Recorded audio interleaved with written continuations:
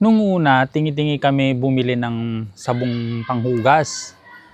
Pero nung kalaunan napapansin ko ang laking pera, ang laki yung napupunta dun sa dishwashing liquid.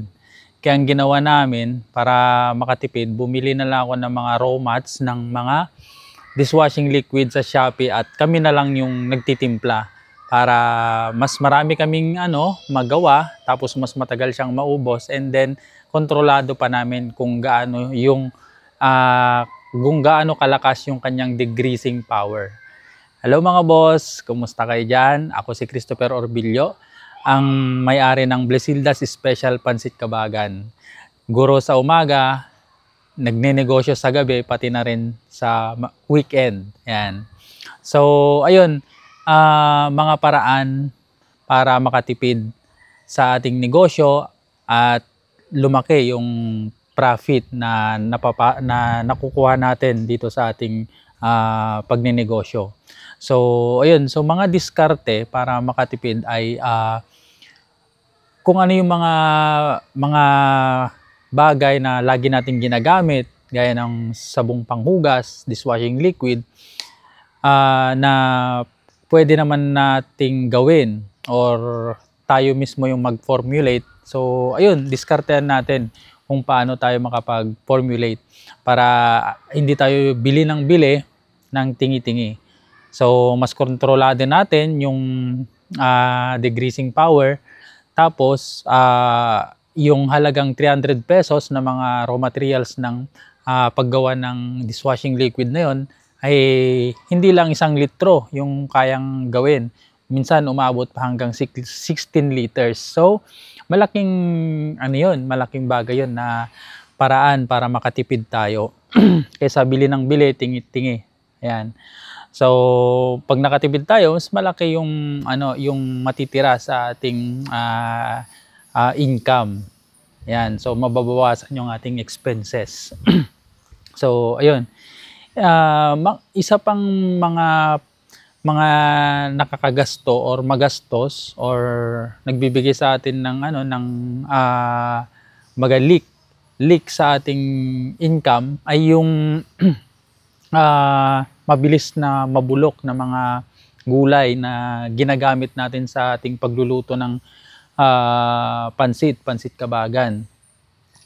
So, ayun, ang naging diskarte namin nun, gaya nung isa, yung carrots, kapag yung wash ang ginagamit namin, yung na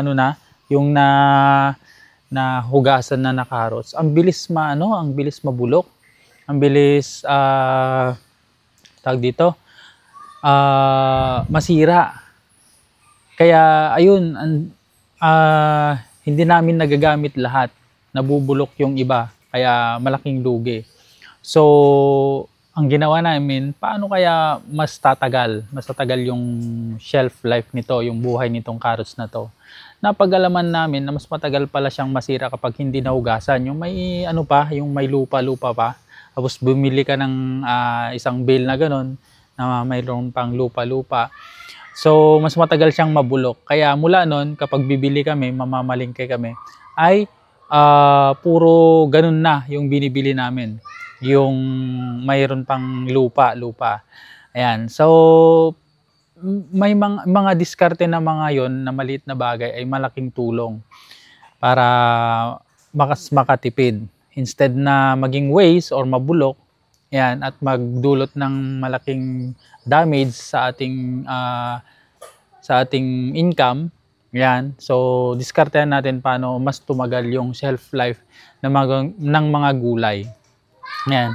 Sa pamamagitan na rin ng pagtanong-tanong sa palengke. So, tanong-tanungin natin kung, ate, ganito yung nagiging problema ko. Paano kaya mas tatagal itong buhay nito, hindi mabilis mabulok? So, marami tayong makukuhang insight sa mga naglalakuna na mga ganon. So, pati na rin yung kalamansi, mabilis masira, mabulok. Ayan, so pinagtanong-tanong din namin kung paano mas tatagal. Ayan, ginawa namin, nilagay na rin namin sa chiller, sa rep, mabilis pa rin mabulok. Yung pala, ang isa pang diskarte ay dapat bibili ka ng kalamansi yung may tangkay pa para mas mabilis mabulok. So, ayun yung ano, yun yung naging paraan. Kaya mula nun, pag bumibili kami ng kalamansi yung may tangkay pa. Yan, so malaking savings yon para hindi kami bili ng bili at hindi mabilis na mabulok yung aming binibili.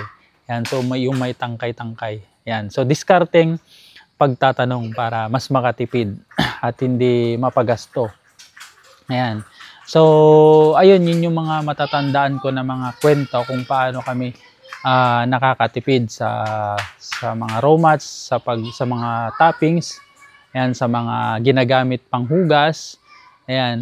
At sa sweldo naman ng tao, pwede rin tayong makatipid diyan. Ayan. So, ang ginawa namin nung una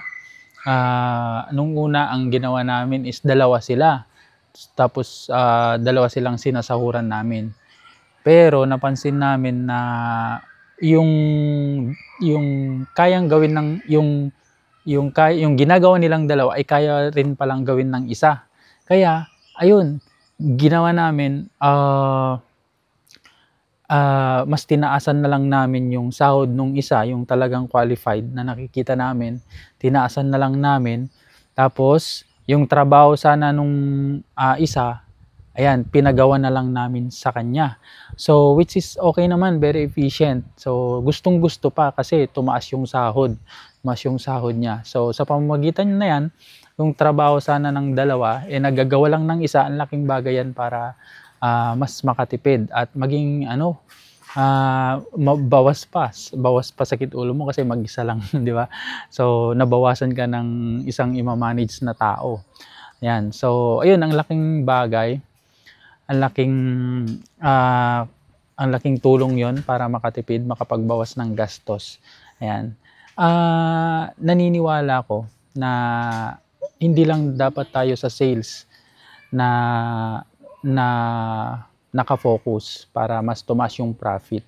Sa 1 year and 6 months namin pag-ooperate sa aming pansiteria business, natutunan namin na yung pagtitipid ay malaking bagay na mas nakakapagpataas din ng sales.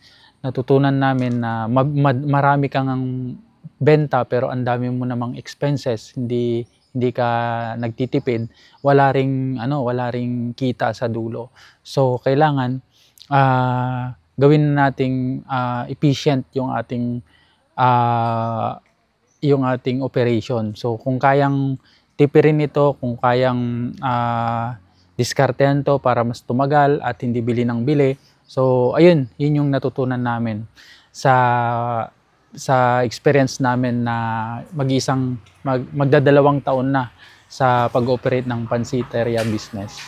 So yun lang mga boss, kita-kits tayo ulit sa mga susunod na video. Bye-bye!